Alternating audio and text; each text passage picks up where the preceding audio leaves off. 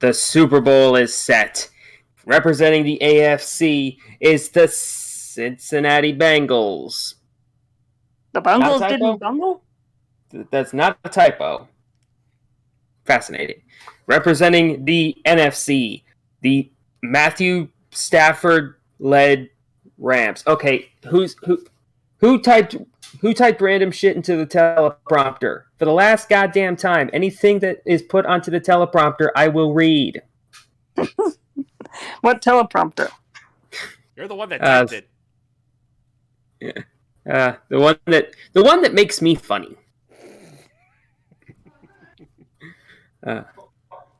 Anyway, greetings, everyone. I am Nikki V, MLP of the Haymakers. I am joined by Kana and Voice of Reason.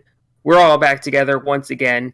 This time, in the week between when the conference championship and the Super Bowl is, we're going to talk about the best of this year. We're talking NFL honors, all of the big awards, all of the big moments, all of the big stories of the year. We're talking about everything. Lady, gentlemen, you ready? Let's do this. Yes. Yes. All right. So, let's start off with Offensive Rookie of the Year. Now, we're all going to give our thoughts and who we think is going to, maybe not who we think is going to win, but at least who deserves it the most. I think that's the way we're going with this. Mm-hmm. So, I think we're going to start off with one of the most exciting ones, Offensive Rookie of the Year. Who y'all got as your Offensive Rookie of the Year? Well, looking at our how we order it, it's going to come down to three, possibly four people. The fourth that isn't on here is Kyle Pitts. If he extended to a fourth, he would probably be in that fourth spot. But there are three people: a wide receiver, a quarterback, and a running back. So I went with the running back, and I went with Najee Harris. Yes, this guy, he was the big difference maker for the Steelers. Not 317 games played, 307 attempts, 1,200 rushing yards, seven touchdowns, no fumbles lost. That is impressive. Yes. Yep. And all behind that line. Yeah, and I'm just getting all of the stats right now. So comparatively to just looking at the rushing leaders, he ranks. Let's see it. Come on, get the whole thing up. No, not -2. I need regular season. Here we go.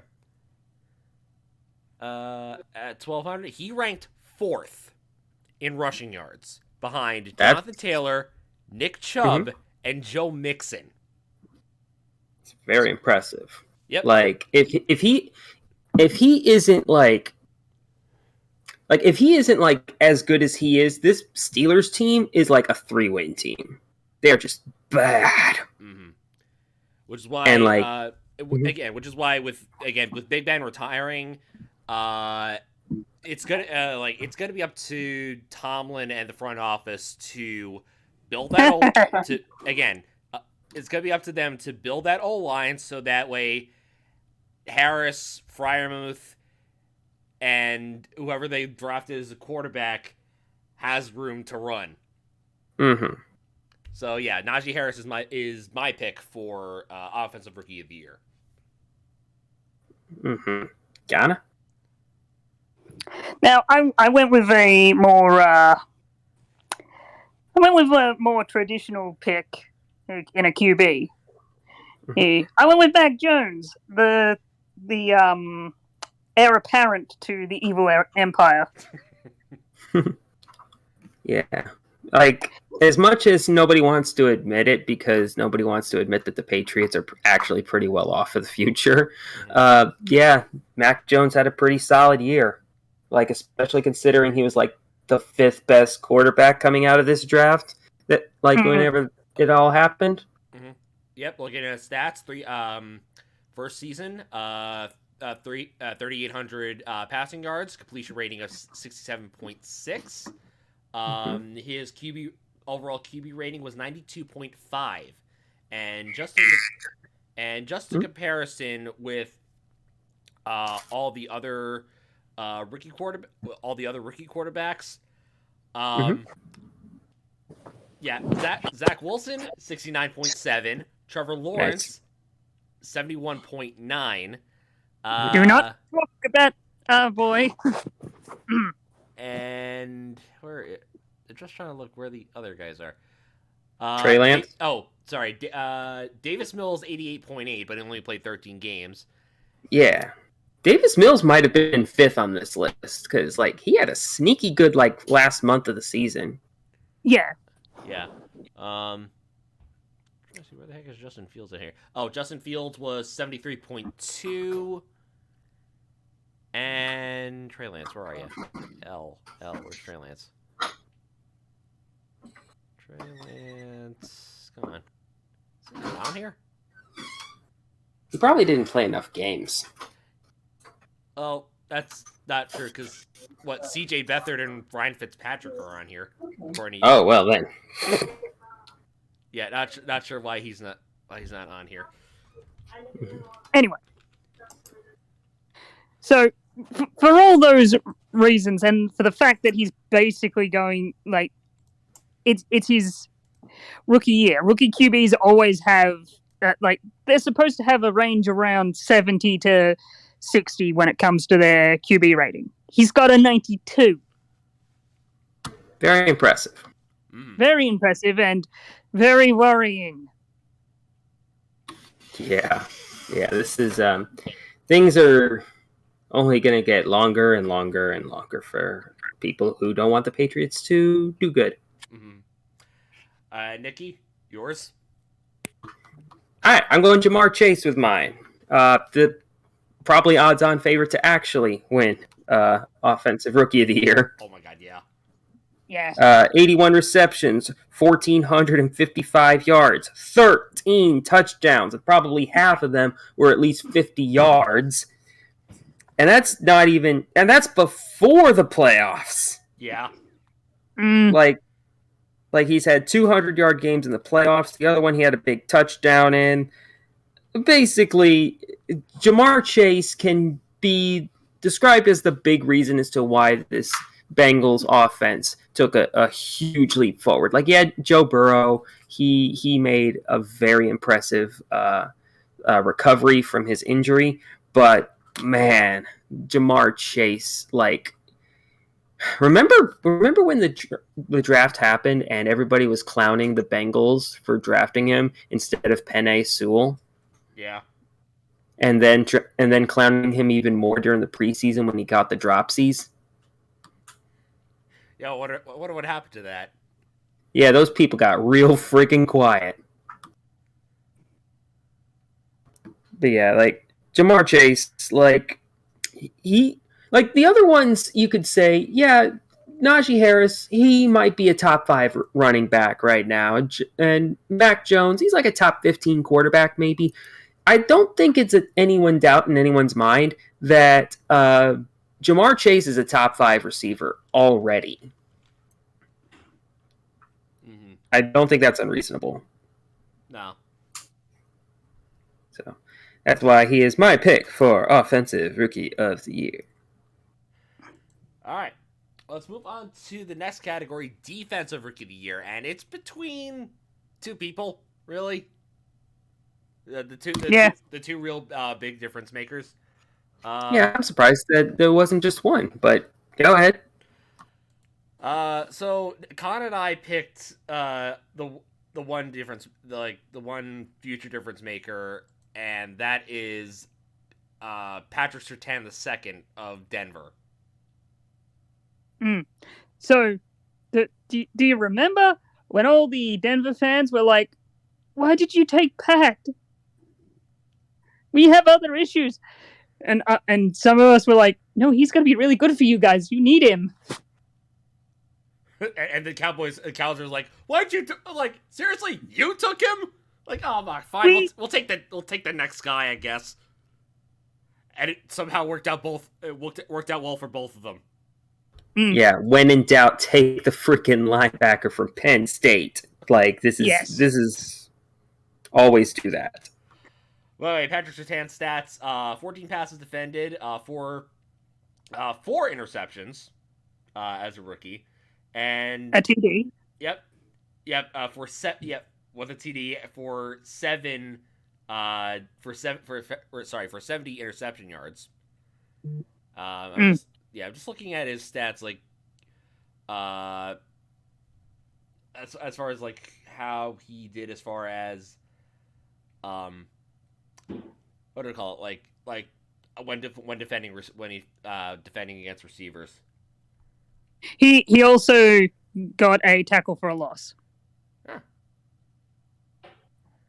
A combined total tackles of 58. Nice. Yeah. Mm-hmm. Pretty good. Yeah. And especially as you might be unsurprised. Especially for a cornerback. Oh, yeah. Oh, yeah. Absolutely. Yeah. And as you might be unsurprised to learn, I took the other one. Again, the person who's probably actually going to win the award, Micah Parsons, linebacker from the Dallas Cowboys. 84 total tackles, 20 tackles for a loss, 30 quarterback hits, and 13 sacks, 3 passes defended, and 3 forced fumbles. Oh, yeah. Like it is weird. Like, it very much felt like this was a sort of settle pick for the Cowboys, because it's like you said, they wanted Pat Surtain II, and they basically just decided, hey, okay, we couldn't get the guy we want, so we'll just take this guy.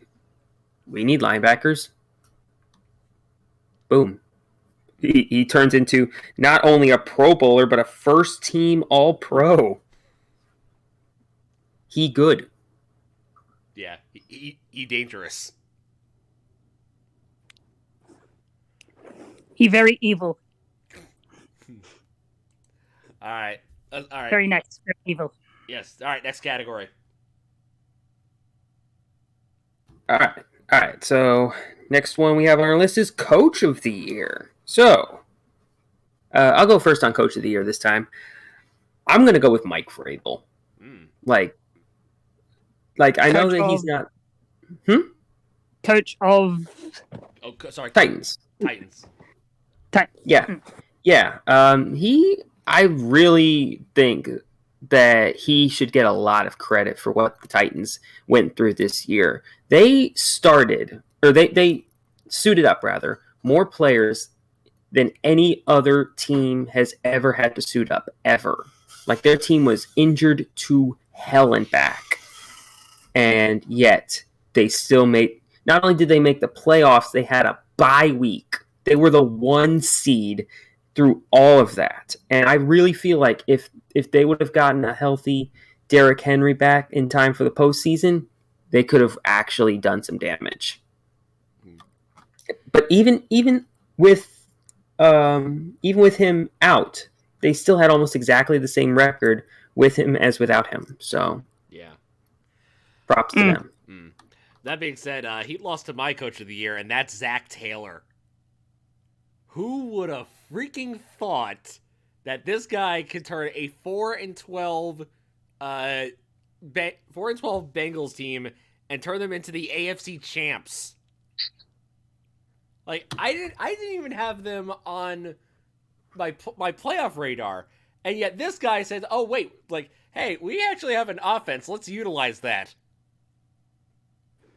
And also, and also a defense, Eli Apple and Trey Hendrickson basically pulling up the slack for them. Yeah, who would have thought Eli Apple would have actually turned it around? That's kind of crazy, because like he was a big old bust for both the Giants and the Saints. He's on his 3rd team, and this was probably his last chance to turn it around. And by God, he did it. Now me. I went with Cliff Kingsbury. Kingsbury. There you go. Of the Arizona Cardinals. He did really well this year, even though most of Arizona news media is fucking burying him. Yeah, because he's self-destructed. Again. But I will state that a 11-5 is a good season. I mean, for these Bengals, or not for these Bengals, for these Cardinals, I guess. But, like, look at the way they fell apart. I would love to have a 11-15, like an 11-5 season every fucking year. This is true. This is very true. Like, here's the thing: if you frequently are in the if you get, in my opinion, if you get to the playoffs, you had a good season. Mm-hmm. You had a good to okay season, especially if you didn't fall into it like some teams. Are you referring to Steelers going to Super Bowl? I think it's and Bears go to Super Bowl from last year. Find me one 7 seed that has ever worked out. I'll wait. We don't have one. We don't have one. We just started off. I'll wait. Anyway. All right. Moving on to most improved.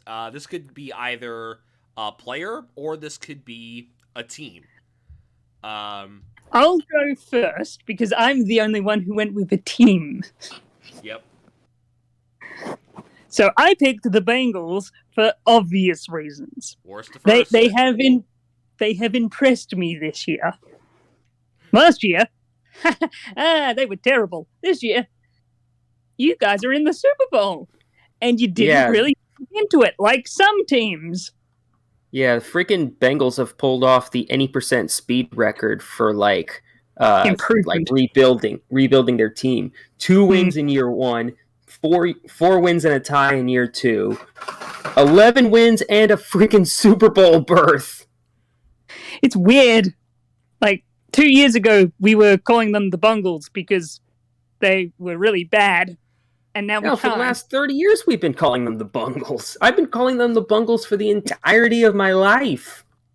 Fair, very fair. I've been calling the Bengals, or rather the first round loser each time.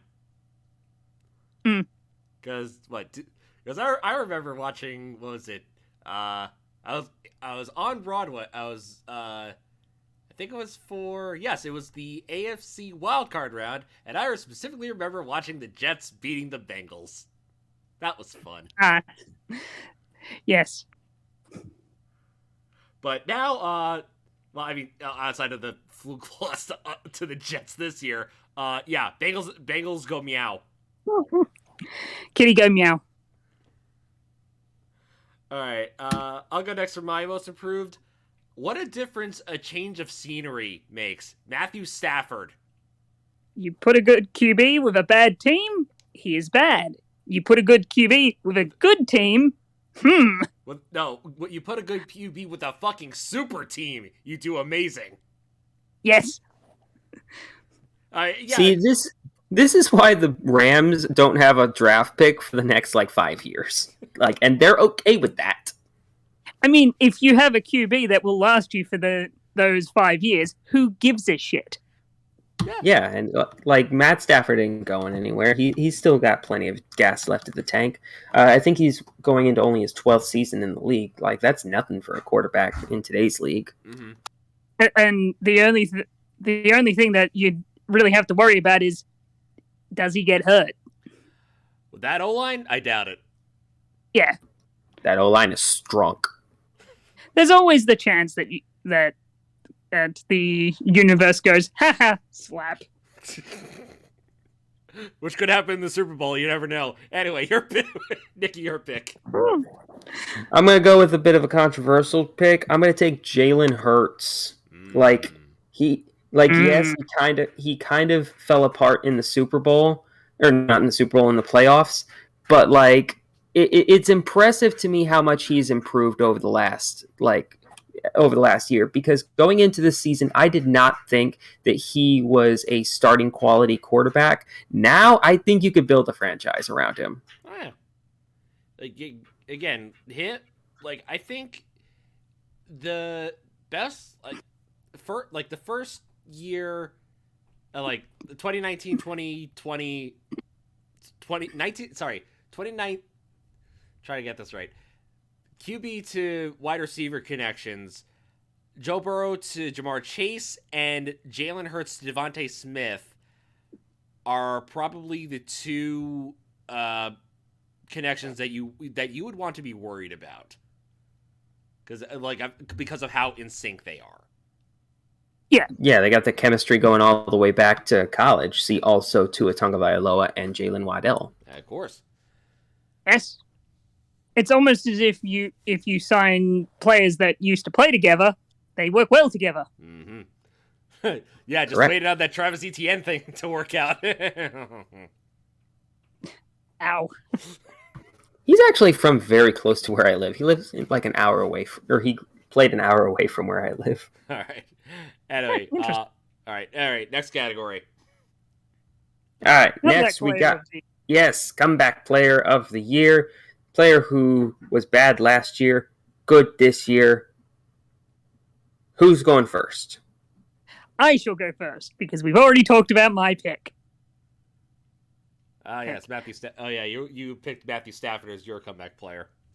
Yes, I did. He went from being poopy to being very good. Yeah. It's simple as that. All right, then Nikki and I will do ours. Discuss the kitty. Joe Burrow. Have you heard the gospel of Kitty Goes Meow? I have. Yes. It happened when he tore his ACL last year. That's Kitty Goes Ow. Yes, then he got better, and then Kitty went meow. Kitty went meow a lot. Okay, so yeah, we both have Joe Burrow. I was genuinely thinking that maybe I should change my pick to Dak Prescott, because he really did kind of deserve it, because he came back from almost as bad of an injury and basically led that Cowboys offense, but no. No. Yeah. No. Yeah, so as much as I initially had Dak Prescott as my comeback player just because of again his leading offense, but I think Joe Burrow had the better offense this year. I mean, just looking at I'm just going back comparing stats between both of them as far as passing. Burrow. Both are like neck and neck. Burrow had more passing yards by about 200. He actually had less touchdowns. Dak Prescott actually had more, but Burrow had the higher QB rating. 108 to 104. And which one is still left in the playoffs? The kitty. Got them rings. Get them rings. I'm sorry, but you three picked them to win the Super Bowl, so we all know that means they'll lose. Shit. You know what? Even if they do lose, this season is just such an unbelievable success for them that they have to be happy either way. It's like the one. It's like the one thing from Tom Grossi's 2019 Titans making it to the AFC Championship and losing. I ain't even mad. This was just good. This was a good season. Yeah. Yeah. Is also, can we talk about the fact that this Super Bowl is between two likable quarterbacks? Also, when was the last time that happened? Also, that one of the Super Bowl teams are getting to play in their home stadium. Yep, second year in a row. Yeah. Yeah, I was about to say it happened last year too. Mm-hmm. Yeah, but it doesn't happen that often. Yeah, and going back to your question, Sure. Two quarterbacks that both people liked, I would have to go very long way back. Oh, jeez. Yeah, I'd have to go probably all the way back to Super Bowl 23, I think. Boomer Esiason versus Joe Montana. Right, because you have to go back to not Brady, not Aaron Rodgers. At this point, not Pat Mahomes. I would even hesitate to say Bledsoe versus Favre, but people hate Favre now. Yeah, Favre back then was fine. Oh, no, yeah. Roethlisberger, too. Oh, God, no. Oh. Yeah, both instances. Actually, no, I take it back. Warner versus McNair. That's correct answer. You got it. Like, Kurt Warner is awesome, and Steve McNair, God rest his soul. Like, he was awesome. Yes. All right. Well, all right. Okay, let's move on. All right, moving on. Next is the actual, not the rookies, but the players of the year. So let's start off with Offensive Player of the Year. I'm the lone one in this one, so I'll go mine. It is Cooper Kupp. Did you just slam your cup down when you did that? Yes, I did. Terrific. No prop humor on the audio-only cast. They can't see it. Although it did come through. I was able to figure it out, so. But anyway, Cooper Kupp, my God, just looking at his numbers. He was just shy of 2,000 yards this year. 16 touchdowns, no fumbles lost, 846 yards after the catch. Triple Crown receiving champion, first time since 2005. Jesus Christ! Like this guy is fucking dangerous. Like I thought this year for certain. I thought Justin Jefferson was going to be Offensive Rookie of the Year. That was going to be my prediction, and then this guy just zooms past him. Zoom, zoom, zoom. Yeah, it's crazy how good the team improves when you go from Jared Goff to Matt Stafford. Mm-hmm. But here we are. And speaking of breaking and leaving everybody in the dust. Yes, so we both me and Kana agree on our pick for Offensive Player of the Year. Now, just so you know, I feel like when we do Offensive Player of the Year, it's almost like MVP without quarterbacks. Yeah, is that fair to say? Yeah, that happens very often. Yeah. So for us, we both went with Jonathan Taylor because, my God, this Colts offense would be dead on arrival without Jonathan Taylor. Yeah, 18 touchdowns, 107 first downs. Let's see, any other notable thing? How about the fact that the gap between him and Nick Chubb, the number 1 and number 2, is by 500 yards in rushing? Yeah, that is.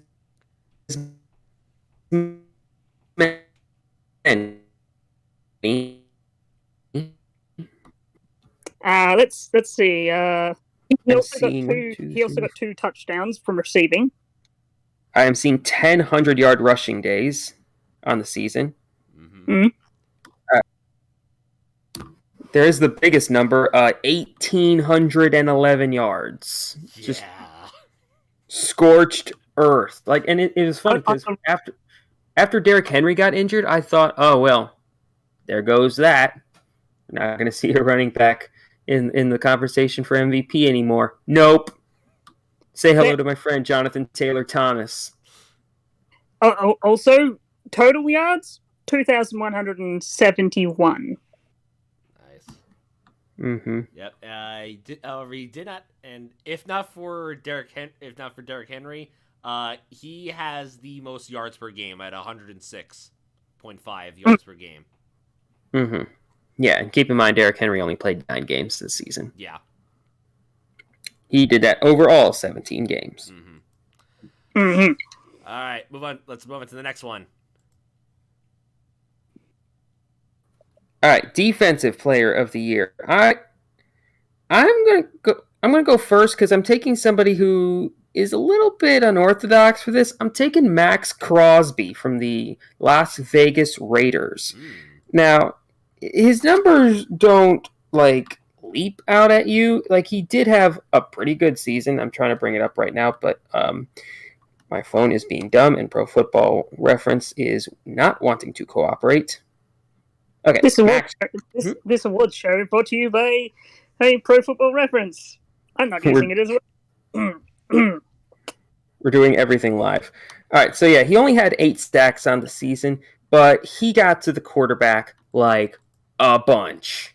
Like a whole fucking bunch. Like, what it doesn't pop up on the stat line is just how many pressures he got. Like, he was always in the backfield, always disrupting things, and always opening things up for his counterpart on the other side, Yannick Ngakoue, to like finish the job. Like, that Raiders defense made a huge leap this year, and not a lot of people talk about it because of all the crazy shit that went on with the Raiders this year. But like, man, Max Crosby, I really like what he did this year.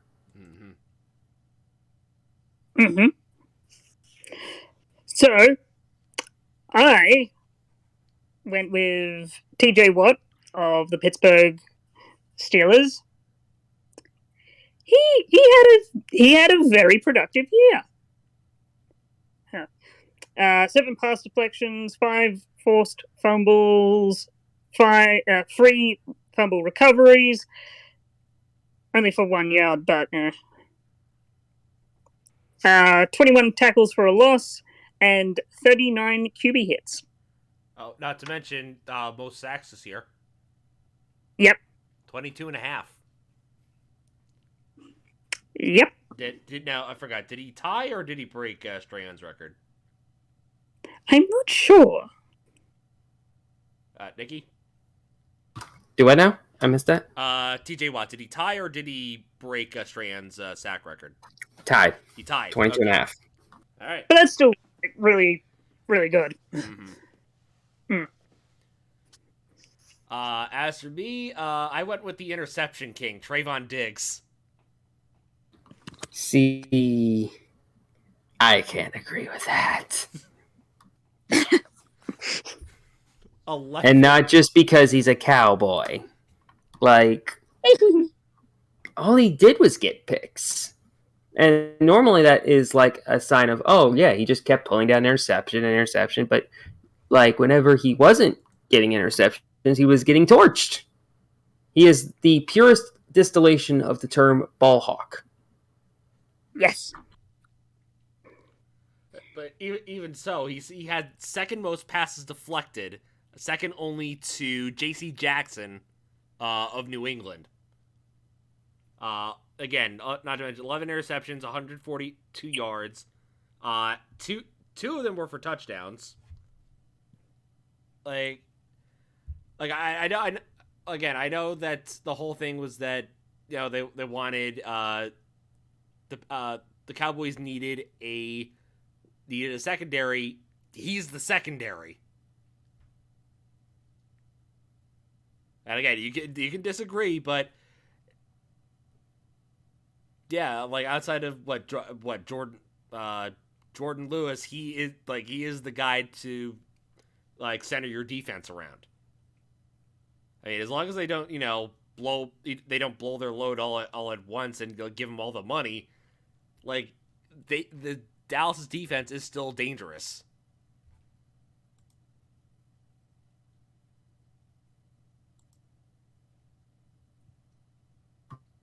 I mean, yeah, but I will grant you he is very scary to cover on, and he will snipe it if you aren't careful. But I don't know. I just feel I just don't feel like he's the best one. Okay. All right. Let's move on to the next category.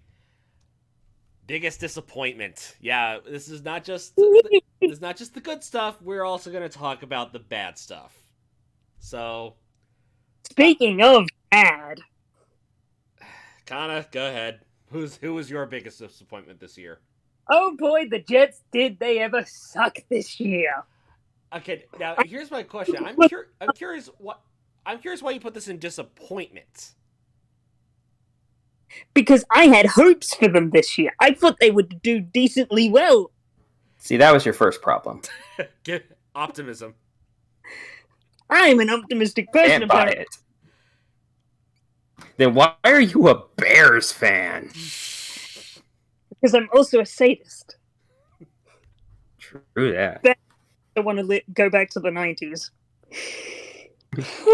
I miss the 90s. I miss the 2000s. But anyway, yeah, I can tell you the main reason why the Jets are so disappointment. Everyone got fucking injured. Yep. Like, we've lost, right off the bat, we lost Cam Clark, Carl Lawson, Vinnie Curry, Gerard Davis for half the season, all in preseason. Because everyone tore their fucking Achilles, and Cam Clark, which, by the way, breaking news today, he's retiring because of risk of injuring his spine. Yeah, they said if he played anymore, he's going to get paralyzed, so... Yeah. Ooh. Don't. Which basically means the Jets need to get Tyler Linderbaum, no matter what. Yep. Mm-hmm. Yeah, he's probably going there in my next mock draft. Stay tuned. And Stay tuned. Updating log as we speak. Right, and So you don't even know. And even so, the Jets' biggest problem was they couldn't they kept letting themselves get beat. Like the start of I know, like the start of the season, the first game I could count like 2 or 3 more games this year the Jets should have won. They should have won the opening game against the Panthers. They should have came back against Atlanta. Should have beat the Dolphins in week in their second go round when they were home, and they definitely should have beat Tampa. Like, I don't care how good of a game that was. That was a game they should have won. But every other game, they just didn't show up. Like, they had, I think, like the 31st, they had the second worst scoring defense this year. Only to, I think, like the Jaguars. And it's the Jaguars. Jaguars. Jaguars. Jags. Yeah, again, I'm not I'm not disappointed that the Jets did bad. I'm like, okay, I had hopes that they would do better, but I at least expected them to, not get injured. I was expecting like a 7-8 season. Where they looked competitive and could have won a bit. Like, if they got lucky, they could have won, 9 games. But no. I thought they were turning the ship around, but apparently no. They were just turning it slightly more into the iceberg. Well, there were still holes in the boat from the last iceberg. That's why. It's only going to get worse. But here's a team that I thought was going to make it to the playoffs, but didn't. The Cleveland Browns, aka the Factory of Sadness, has returned. You're a factory of sadness. It never left. It only. Man, like from the OBJ stuff to Mayfield playing injured, like. This should have been Cleveland's year to win the division. Instead, it went to the other Ohio team. Kitty go meow? Yeah, kitty go meow. But this just, like, last year, I think everyone is confirming it was a fluke year for Cleveland and that offense. Well, to be fair, Baker Mayfield's hand was borked for like most of the season. But it was his non-throwing hand. Wasn't his shoulder also messed up? Non-throwing shoulder, I should say. Or yeah, that was it. Like, yeah, but still, I'm not quite ready to blow it all up, but it does look not great for them. Blow everything up. Start over. Fuck it. Draft Tim Couch again. God. That is a hill I'm willing to die on. If the Bengals, or not the Bengals, if the Browns actually had a decent O line back then, Tim Couch could have been good. Oh yeah. We should Anyway, couch. actually, again, they were good one year with Couch. They went to the playoffs, but lost to the Steelers. Yeah. So, yeah. All right. Now, so my biggest disappointment of the year is the Seattle Seahawks. What the fuck happened? Man, this was a team that was the closest thing to a sure thing. Every year they were going to win 10 games and make it to the friggin' divisional round at least. Nope. They have completely self-destructed and seem to be on the verge of a split between Russell Wilson and Pete Carroll, thank you. And the fact that Carroll hasn't been fired yet seems to suggest that it's going to be Russell Wilson that gets traded. It's Geno Smith season? No, probably not, because he did 100 miles per hour. So probably not him. How fast is that in non-freedom units again? Many 160. Ah, yes. So let's see here. Seahawks depth chart. Who is their third string quarterback? Probably not. Right? Maybe. I think they're going to draft again this year. Yeah, I'm surprised. Jacob Eason. Yes, Jacob Eason. That's who it was. I thought he went to the Colts. Yeah, I think they traded him. Oh wow. Okay. Getting Colts leftovers. Ugh. Yeah, they were second on my list for biggest disappointment, but yeah, the Seahawks. I know that the defense hasn't been good in years, but I was just expecting this offense to just keep carrying them for the next couple of years because they're good enough to do it, and then just nope.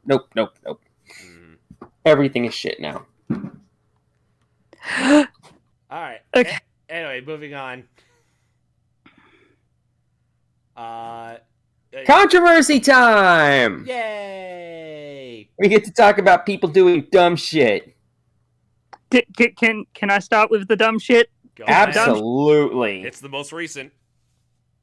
So the Washington football team has a new name. That nobody likes. I have not seen a single person who likes the Washington Commanders. God, that's that sounds like a rejected XFL name. Sounds like a team from Blitz the League. Ugh. No, I'll tell you what it sounds like. It sounds like a Little League team name. Yeah. Did nobody think for a second that seeing as how the team's primary color is red, they're gonna be called the Washington Commies? Oh no. Did nobody think of that? In Washington, football don't kick you. You don't kick football, it kick you. Oh, if somehow Washington makes it to the Super Bowl, it's just like, yes, we did it. We won the Super Bowl. And everybody's just like, yes, we won the Super Bowl. This is the Super Bowl of the people. And somehow, that's not your WTF moment of the year. No, it isn't. I could talk about the fact that the building started shitting itself. Literally. The stadium has basically said, fuck it, I'm out of this team. It's literally collapsing in on itself. The owner is a cheapskate who needs to... The owner is a cheapskate, and that's somehow not even in the top 10 worst things about him. No.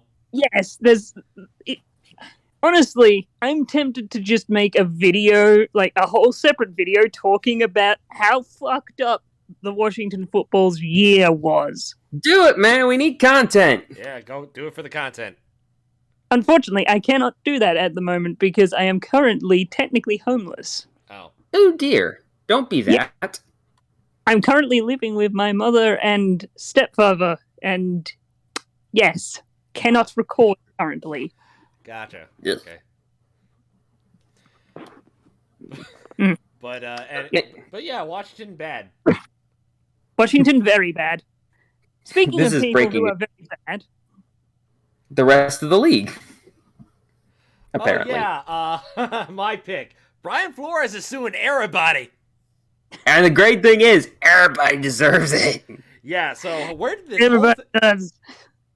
All right, so where did this whole fucking thing start? Well, going back, like we talked about in Wild Card Best and Worst, we talked about the Dolphins firing Brian Flores. Now, the reasoning behind it, from what they were saying, is that there was some bad blood between him and management, and they didn't feel like it was a great fit. Which makes no fucking sense because despite the 1 year of them tanking, they actually had 2 winning records.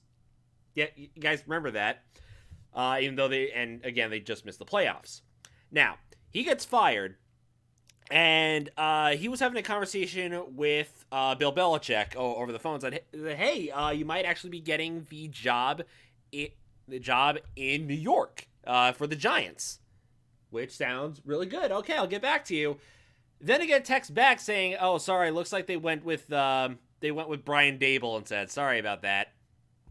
And then before his scheduled interview with the team. Yeah. Man, this whole Rooney Rule thing is just backfiring like a motherfucker. Oh my god, yeah. Not only is he's not only suing the Giants and the Dolphins, he's suing the NFL for basically racial discrimination. Do you know about the thing with the Broncos yet? Because I think that's the best thing yet. I haven't heard about that. So what's the thing with the Broncos? Okay, let's talk about the fucking Broncos. So he showed up to the meeting, I think in 2019, before he got hired by the Dolphins. He got a job interview for the Broncos job. And John Elway and the rest of the Brain Trust showed up an hour late, hungover, disheveled, and weren't taking it seriously at all. It was blatantly obvious that it was just a token, like, yeah, we have to interview a African American person. Mm-hmm. So it was bad all around. Okay, so that's why the suit mentioned Elway. I do remember seeing that on Twitter. But, yeah, exactly.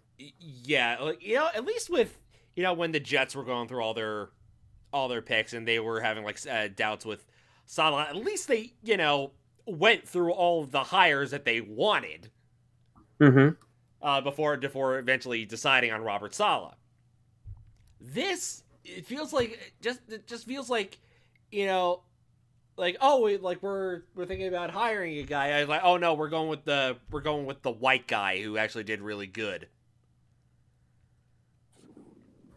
Yeah, it feels, and on top of, go ahead. It just makes it feels like when I first heard about like Brian Dable's going to the Giants, like, oh, okay, that makes more sense about why they got Brian Shane, and then it feels like that move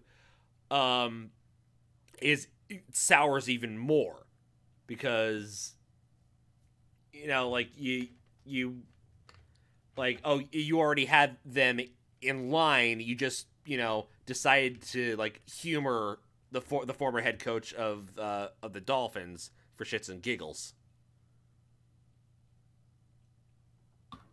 Right. Yeah.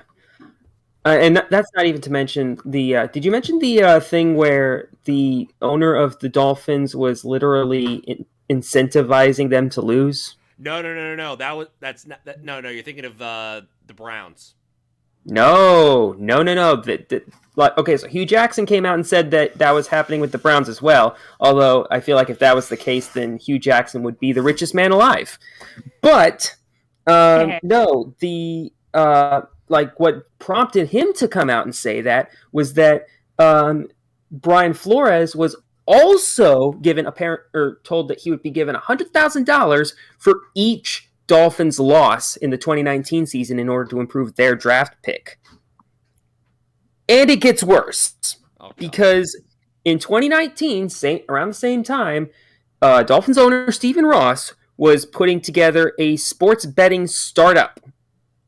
Oh, like, fuck. He was incentivizing his team to lose and then getting into sports betting. This is what cost Pete Rose his shot at the Hall of Fame. It's actually a lot worse because he's the fucking owner. Correct. Yes. Yeah. This is worse. Like, I know this this is a point where, they need to pull a Donald fucking Sterling and say, no, you're out. You're selling the fucking team now. Yeah, because they'll let you get away with a lot, and I mean a lot. See Washington, football team. But when you start messing with the competitiveness of the game, then you've got a problem. Like, for fuck's sake, it makes tank it would the whole thing of tanking for X player now has consequences. You're not only are you forcing your team to lose, but you're making money off your team losing. Yeah, that's not a good thing. I take at some point I'm curious about if this happened with the Jets in 2020. If Adam Gase, or if Adam Gase really was that bad of a coach, or the Johnsons were telling them that no, blow every game until we get No, I think draft pick. Yeah, I mean, with the Jets is probably the former.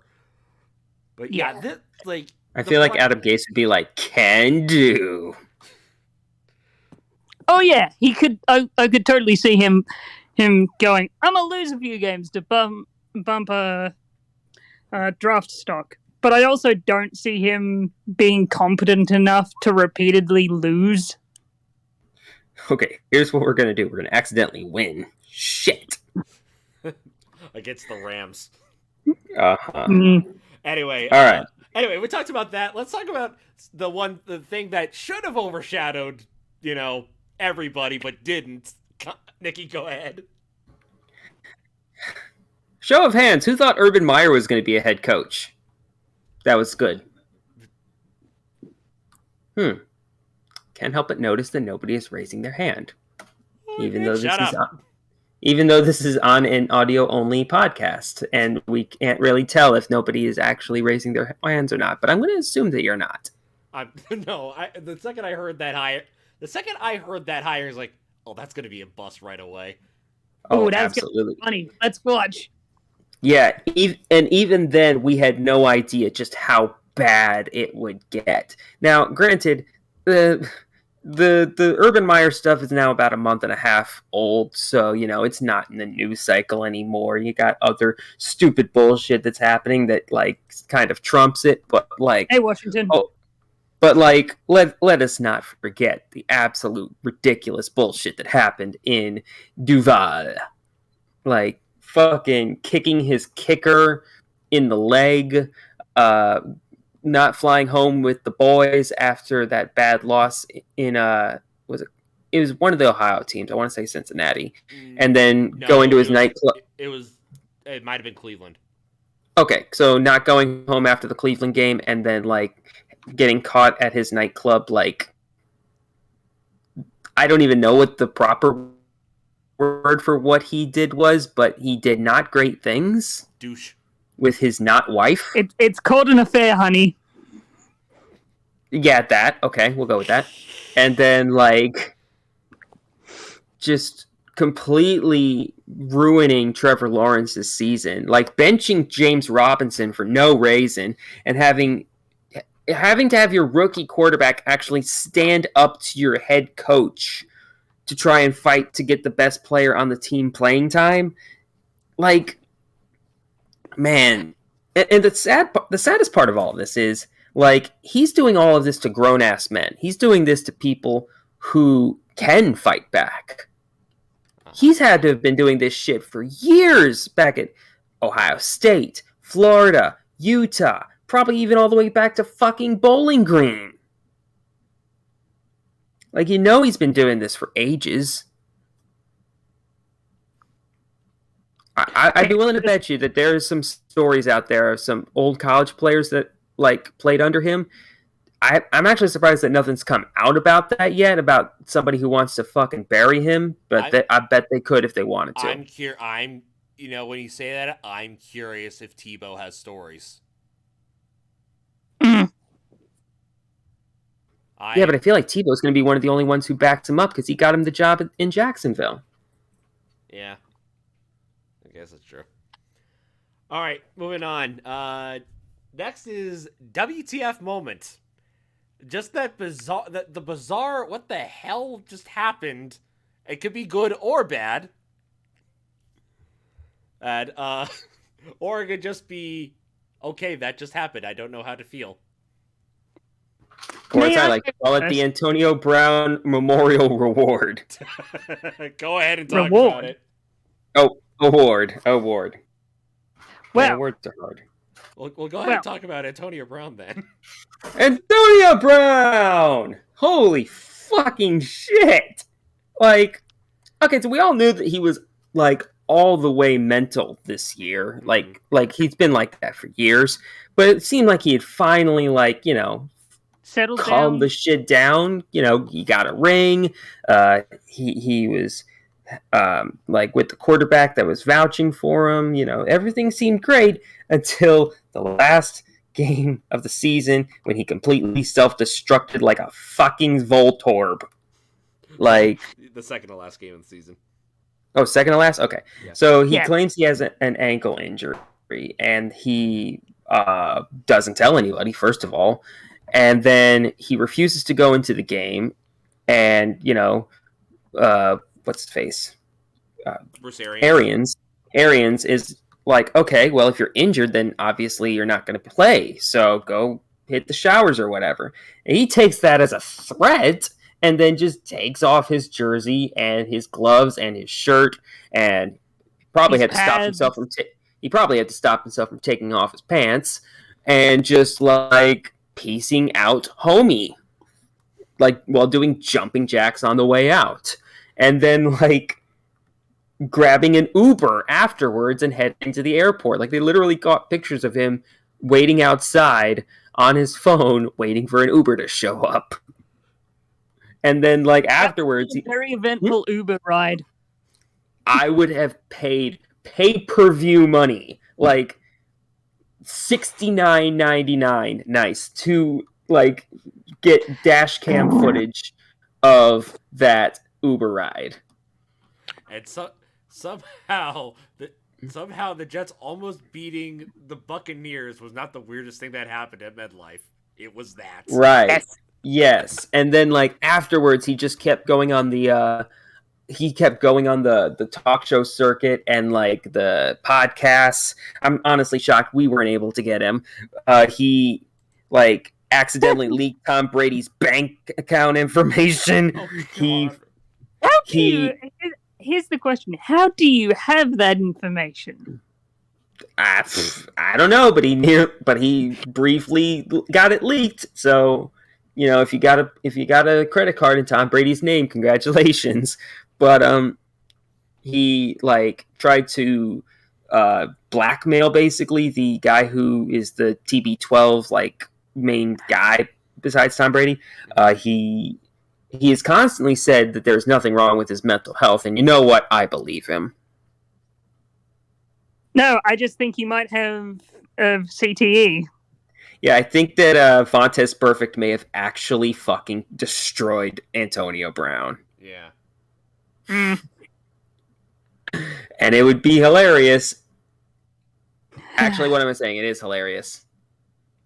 On to a more lighter subject. So, in sporting events, Hence, you would assume you would want your referees to, one, not be in the spotlight, and two, not fucking hip check a player. We're never going to get over this one. No. I as a person who has trained to be a referee in wrestling, not like kind of wrestling, WWE and such. Not the NCAA stuff. No, not that stuff. So rule one, it's like rule one: don't have your legs crossed, because if you get bumped, you're gonna fall ass over tit. Two, your job is not to be noticed. Your job is to be in the background, count the fucking pin, and enforce the rules. That is it. The only time you are supposed to be noticed is if, for storyline reasons, you are to be noticed. So, right. In the NFL, where there isn't a storyline, you would assume the referees should not fucking hip check someone. See, what your first mistake was assuming that the referees didn't have a massive fucking ego and aren't being blatantly told to, influence certain games. Like, you cannot tell me that, like, the same year that the NFL partners up with Caesars Sportsbook, that they aren't in the effort of trying to fix games when there's like a half a dozen examples of that I could think of off the top of my head. Thank you. Yes, I was actually. I was about to say maybe the NFL should, I don't know, have an independent group deal with the referees instead of it being handled in-house. Exactly. It's funny. The NFL Referees Association has so much power over the league that they can just do this bullshit without scrutiny. If you so much as talk about how the referees made a dumbass decision, you get fined for it. Like, they work with impunity, whereas the players, they are like, their players association is by comparison just, it's Braun Strowman versus James Ellsworth levels of just uselessness. Yeah. So that's another thing. Like, these past two things are basically things that I do at some point want to talk about in a proper video, saying like, hey, maybe the referees shouldn't be in the back pocket of the league and shouldn't have as much power as they do. And maybe, just maybe, if a referee does shit like this, just like the hip check or blatant missed calls, maybe they should be fined heavily. All right. Now for the really lighter subject. Who would expect a backup quarterback to get 400 freaking yards on his debut against the AFC champs? Yeah, I'm talking about Mike White, the one-game wonder. That was the best thing that happened all year, in a year of great things happening. Yes. Okay. Let's do a little background here. Zach Wilson is injured after the game against the Patriots. They got absolutely destroyed. Zach Wilson has to rest his ankle. So the Jets basically have no backup quarterbacks, basically, because they traded. Yep. Yeah, they traded their other quarterback to, I think, where did James Morgan go to? I think the Panthers, actually. And the only two people that they have left as their quarterbacks are Josh Johnson, a journeyman, who I think should have gotten the starting job over the next guy, and love Josh Johnson, and Mike White, who was a backup quarterback for the Dallas Cowboys. He had never started a single game. I believe out of Western Kentucky, just off the top of my head. So let me see. I'm clicking on his stats right now. Yes, out of Western Kentucky. Booyah! And what does he do in his debut game?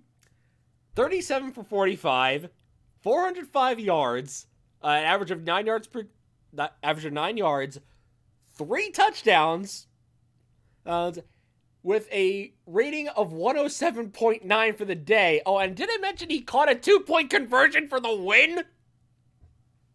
Against the freaking Bengals. And I believe he was that week's MVP. Yeah. I hope he got gacked. I'm not sure. I'm not sure if he did, but yeah, he definitely got the game ball that day. Definitely. Now, unfortunately, it was a one-hit wonder because he got the nod again 2 weeks later against Buffalo and did significantly worse. Yeah, did much worse. But I'm really hoping that he was able to take that one game and like get a very healthy like backup job somewhere out of it. Like I hope he makes bank off of that. I want him to be the next Mike or Matt Flynn. Just like with his luck, he'll be the next. Like, as long as he's not the next Rob Johnson, I think he'll be fine. The next who? Rob Johnson. He was the backup quarterback. Oh, Rob Johnson. Yeah, for the Bills when they should have went with Doug Flutie the entire time. Yeah, for the Music City Miracle game. Yeah. Yeah. On to owners. Terrible owners. Yeah, this There's like 30 of them. Yeah. I can think of like 2 good owners off the top of my head. 32. I can think of like 2 good owners off the top of my head, kind of. Like one is Arthur Blank from the Falcons. He's legitimately a great human being, which feels weird. Yeah. And I'm going to guess the other one is probably at least a couple of the owners of the Green Bay Packers. I'm sure there's a few good ones in there somewhere. Tom Grassi's one. Oh, yeah, sure. We'll go with Tom Grassi. He owns stock. He's not a whatever. Aren't the Packers owned by the fans? Yes, they are. Yes, that's why I was like, I'm sure some of the Packer ownership is like okay people. Yeah. There's probably like 50,000 of them. I'm sure at least 4 of them aren't serial killers. And they are from that area of the universe. Yeah, they're from up by Fargo. Anyway, the worst owners. I'm gonna go first. Fuck the McCaskies. Fuck them. Those cheap old bastards. Yeah, I mean, you could say that about basically half the league, but yeah, fuck the McCaskies. As a Bears fan, fuck them in particular. Yeah. I think there's worse, but yeah, the point still stands. Fuck the McCaskies. Yeah. See, I didn't want to go with one of the obvious choices, someone. Yeah, I've been taking like the obvious ones for all of these, but still, someone's gotta. Yeah, your obvious one. Oh, it's Dan Snyder. How could it be anybody else? Oh, right, of course. Yes. I didn't want to go with the obvious giant red flag. Yeah, well, we all had to pick like our weird, like off the cuff ones. I took freaking Max Crosby for Defensive Player of the Year. You take the McCaskies. Yeah, and for me, well, this guy, I have no idea what the fuck he's doing. It's Shad Khan of Jacksonville. Like just this season alone, I have no idea what the hell he's doing. Like none of his decisions as an owner made sense. Like just the Urban Meyer hiring alone, and then him bringing on what was it? The asshole who had what was his allegations? The racial, I think. Was it racial? Okay, sounds right. The guy from Iowa. Yes, yeah. The conditioning coach, I think it was. Mm-hmm. Yeah. At this point, I'm willing to bet Shad is ready to sell the team to London, because that's the absolutely. Because say what you will about Snyder, the McCaskies, or hell, even the Johnsons, at least they actually have at least some investment in the team. This is just another business venture for him. Right. I honestly think that him and his son runs AEW. Yeah, him and his son both co-own it, but he's basically got nothing in AEW. Right. Besides money. He's basically AEW's Ted Turner. Yeah, he's their bank account. Yeah. To him, the Jacksonville Jaguars are just another business venture. If it fails, then it fails. Here's the thing. I do agree. I could see him selling the team, whether it be to a local interest group or whether it be to the City of London. That's crazy. I think he might be the only. I'm sure that he bought the Jaguars for under $1 billion or whatever, but he's not going to get that much more for them. The Jaguars are just trash, and they have the stench of trash on them. Yeah. All right. Anyway. All right. Yeah. Let's move back into the good stuff. Yeah, we got a couple good things left before we get to the end. All right. Starting off with Play of the Year. Oh, this is so good. Yeah. TPS put out all of their plays of the year per team, and one of them wasn't on there. Kana, want to explain what yours is? I have gone with the only correct answer for the most silly and awesome play of this year. The rare and elusive legal double punt. Except it wasn't. I was about to say it's rare because it's not legal. No, it is legal. Yeah, in Australia football. No, a punter can kick the ball again as long as it hasn't passed the line of scrimmage. And Dickerson's kick did not pass the line of scrimmage. Well, someone needs to tell the refs that, because I think they blew the play dead. Yeah, they did. Because they're morons. Yes. Of course, they had to make the call on the field, but afterwards, people went, wait a minute, that's a legal play. Huh. So, basically, in Rams versus Seahawks, Dickerson kicks it. The ball doesn't go as intended. Blocked. And it is spinning on the ground, and he's just like, I know how to pick that up. Picks it up and then boots it again. And it is brilliant. And legal. I will fight that to the end of Earth. Okay. It was a lovely kick. I thought it was hilarious, and I went, you just reminded me of all your skills that you have, but you're on a trash fucking team. All right, I'll go next. This was an amazing one because I watched it live. It was Detroit's game-winning touchdown versus Minnesota. Oh, I was so happy for them. I'm so happy they didn't go winless. I never heard a football stadium get that loud. It was legitimate Beastquake levels of loud crowd. Yeah. That was just absolutely insane. I'm so happy everything worked out in everyone's favor. Goff to Amon-Ra St. Brown, just raucous cheering from everyone in the fucking stadium. I was half expected the fans to charge the field it's college. They should have, absolutely. My favorite part of it didn't even happen on the field. My favorite part was Jared Goff's hot supermodel girlfriend. She was in the middle of a Sports Center swimsuit shoot or something, and she got the news about Jared Goff finally winning a game with Detroit, and she was so fucking happy for him. It was just that's so nice. That's sweet. And Nikki. Also, Jared Goff has a really hot girlfriend. Let's just get that out there. Okay, Nikki, yours.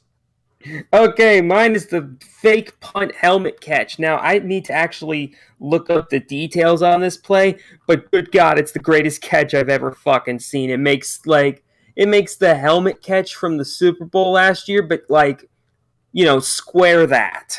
I, Like, I was like, yeah, so basically what happened was Arizona against, I think it was the 49ers? yeah, Jonathan Ward made the catch, who I believe is a safety. Like, he makes this catch on a fake punt, and he catches it off the defender's helmet, not even his own helmet, off the defender's helmet, Yeah. and, like, basically catches the ball while also clinging to the defender's back. Like, he was almost, like, full body hugging this man. Like, I had to slow down and watch that play like 10 times when that happened, because that was just, oh my God. Like, in any other universe, that would have been an incompletion and a great play by the defender, but like, oh my God. Like, Jonathan Ward, play of the year, not even close. Thanks for playing everybody else. Yeah, just absolutely insane. And there were a bunch of really good plays this year. Another one, runner-up, I'd probably go Zach Wilson's 52-yard run. That dude has sneaky good legs. Mm-hmm. And two that didn't make the list that I probably would have put Tyler Lockett's Willie Mays impression in game one against the against the Colts, and then the other is Terry McLaurin's body contortion, also in week one. Mm-hmm. Yeah, those are hard to remember, but yeah. Mm. All right, next. Games of the year. There were really good games this year. Yes. Mm-hmm. Absolutely. And both of ours came at the end of the year / playoffs. So like I said, it's hard to remember stuff from far back. Yeah, I'll let you two go first. All right, I'll go first. So that last match of the season that actually mattered. All right, go ahead.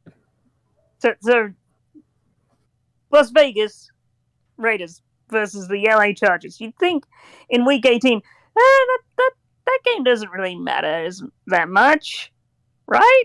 Right? The super tie game. Oh. So, if one team wins, that team and the Steelers make it into the playoffs. If they tie, they both make it into the playoffs, and the Steelers don't. And the great thing about it was, ahead of the game, the league was just like, if you guys openly collude for a tie, we will strike down on you with great vengeance and furious anger. Like, so they couldn't just kneel the ball for 70 minutes and call it a day. No, they actually had to, play the game. And it was a great game. Like, the Raiders came back from, which team came back? Was it the Chargers? I think it was the Chargers. Came back from 2 scores down in the final, in the fourth quarter. Made it a game again. Forced overtime. 2 field goals later, they looks like it's still fucking tied.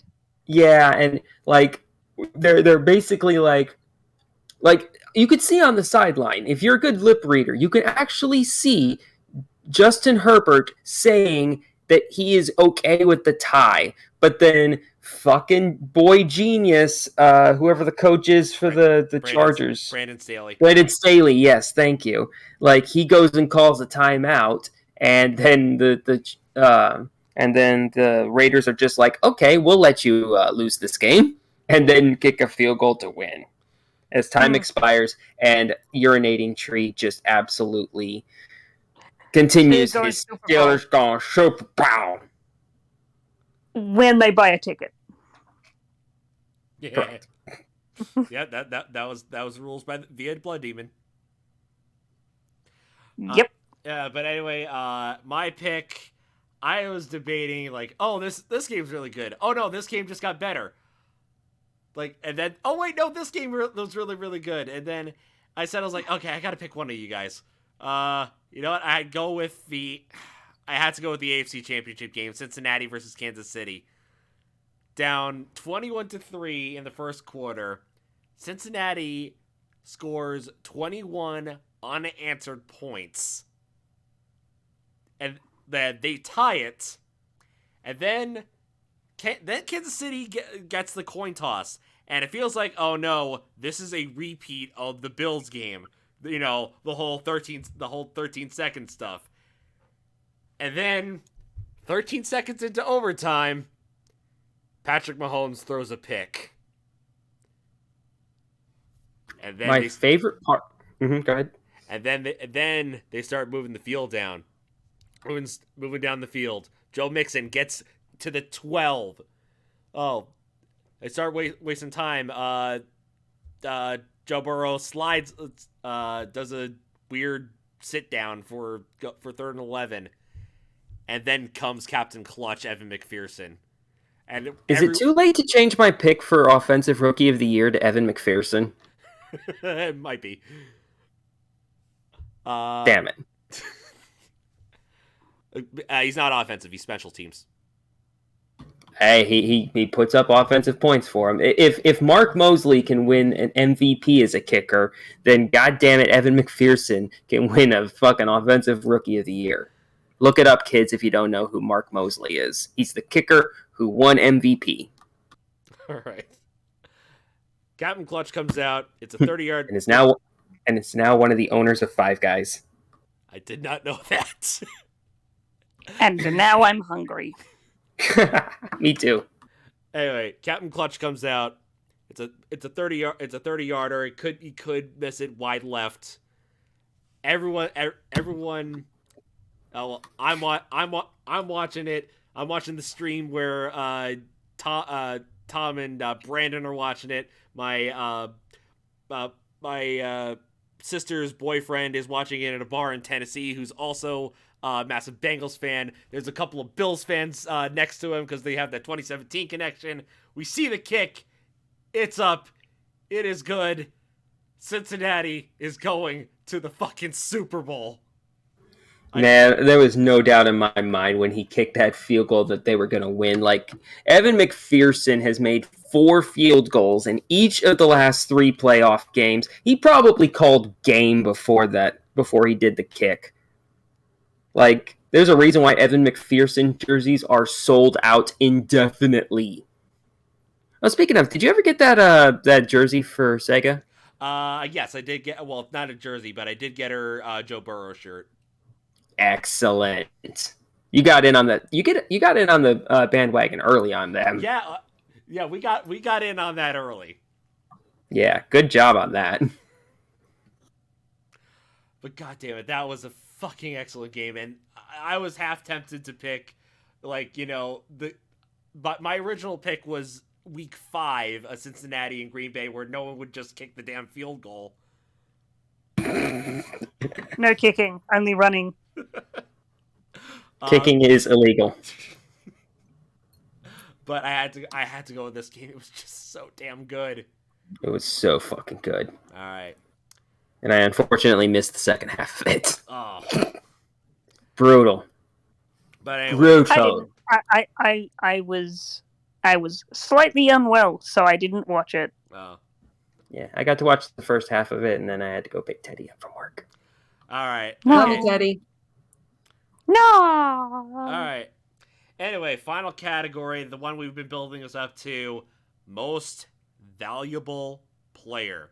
Without this person on the team, they would not be going anywhere. So, I will go first and say that my most valuable player for 2021 is Josh Allen. Without this guy on the team, without his legs, without his arm, the Bills would probably not be making the playoffs. In fact, they'd probably be just missing the wild card without this man. Okay, if you put, let's just say a league average to below average starting quarterback, Carson Wentz. If you put him if you put him on this team, Like, they're a 4-win team. Josh Allen does everything for that Bills offense. Oh my god, yeah.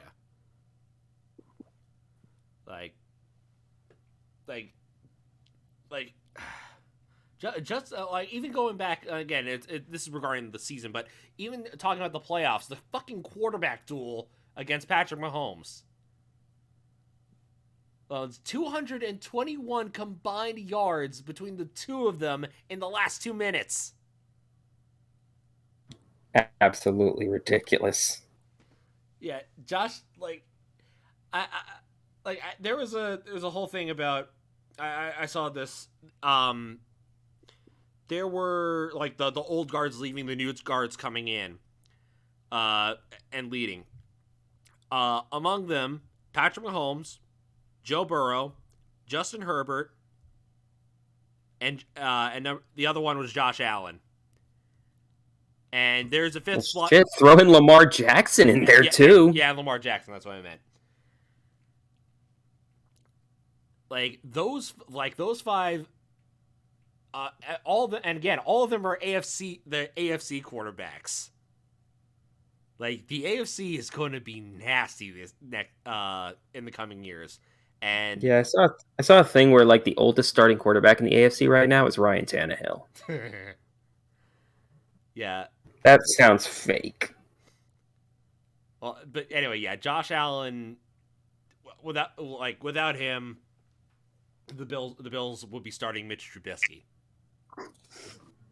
Hey, which is weird because Mitch Trubisky is on the Bills right now. Right? Yeah. All right, Kana, yours.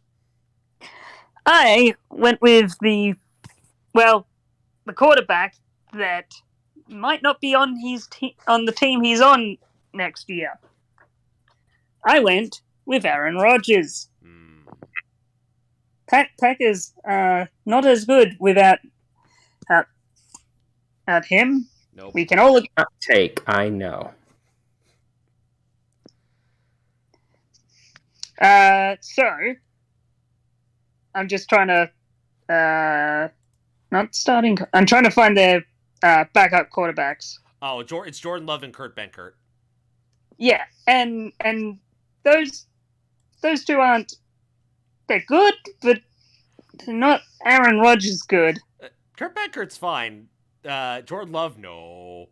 No, absolutely not. I feel like we just say Kurt Benkert is fine because he does the thing with Tom Brady. Yeah. He's a good person, sure, but we haven't seen him in full yet. Right. Actually, we haven't seen him at all. Has he even appeared in the preseason? I believe he has. Yeah, he has not played a single official game in the NFL yet. Huh. Unsurprising, because he's got one of the greatest ever and Aaron Rodgers ahead of him. He apparently was in. He was apparently in the. I see. He was in for two rushing plays against the Chicago Bears, and he got negative yards. Well, yeah, probably 2 kneel downs. Oh yeah. Was it the game where the special 45 to 30. Okay, yeah, it was the game that the special team shit the bed.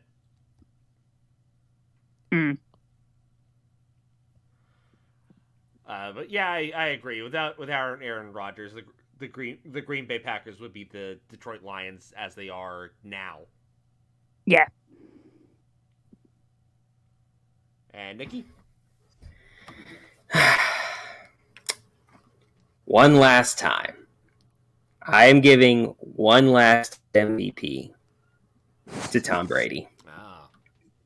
Like, the stuff that he's been able to do this season at age 44, like, nobody does this shit after they're 40 years old. Like, he is still basically in his prime. He's still retiring with a lot left in the tank, seemingly. And like, I feel like Tom Brady with the Buccaneers, like, yes, he had a great team around him, probably the best offensive line in the league, but like he was still regularly playing like he was 15 years younger than he actually was. Like, he led the league in passing yards. He had like barely any interceptions.